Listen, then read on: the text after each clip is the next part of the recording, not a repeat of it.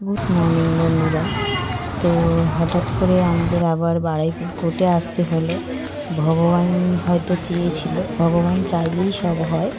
তো সেই জন্য কোর্টে এলাম। তো কেন কোর্টে এলাম সেটা তোমাদের বলছি, শোনো।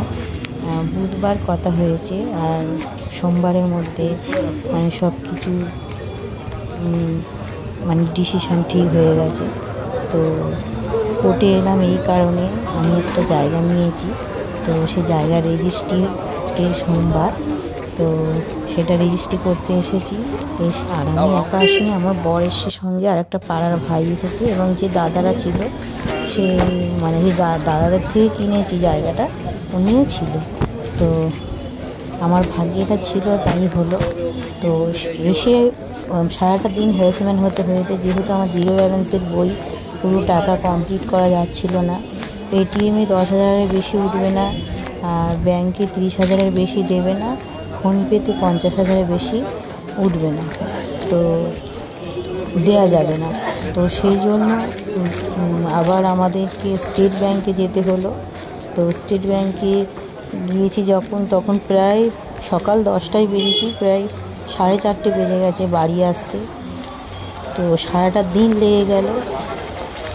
তো চরমে রীতিমতো আমার পায়ের তলায় ভগবান মাটি দিয়েছে। তো আমি খুব খুশি, হঠাৎ করেই এটা হয়েছে। তো আমরা সবাই মিলে এসেছি, আবার ব্যাংকে যেতে লাগলো। সেই জন্য সেটা তোমাদের দেখতেই পাবে ভিডিওর মাধ্যমে, ব্যাংকে যেতে লাগলো আমাদের। আর আমি কোন জায়গাটা কিনেছি সেটাও তোমাদেরকে দেখাবো।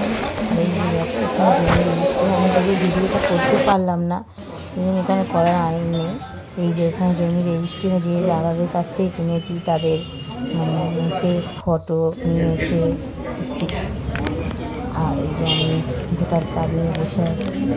তো এখানে সবাই বসে, আজ স্টেট ব্যাংকে এলাম। এই যে আমি জমি নিয়েছি, সেসব দাদার ফটো, আমার ফটো দেওয়া আছে। আর আমি এই জমিটা নিয়েছি, দেখো জমিটায় দাঁড়িয়ে আমি ভিডিও করছি।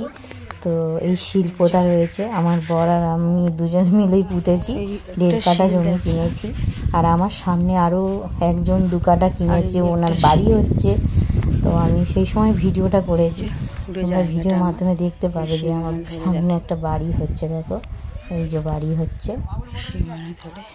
তো চরণে ভগবান হয়তো চরণ ধুলি আমার জন্য রেখেছিল, তাই হয়েছে। তো ভগবান চাইলেই হয়, তাই আমি আজকে মানে কিনলাম, খুশি হয়েছি।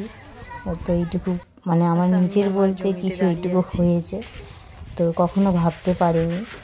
কারণ মেয়েদের তো নিজের বলতে কিছু থাকে না, সবসময় অন্যের অধীনে চলতে হয়, অন্যের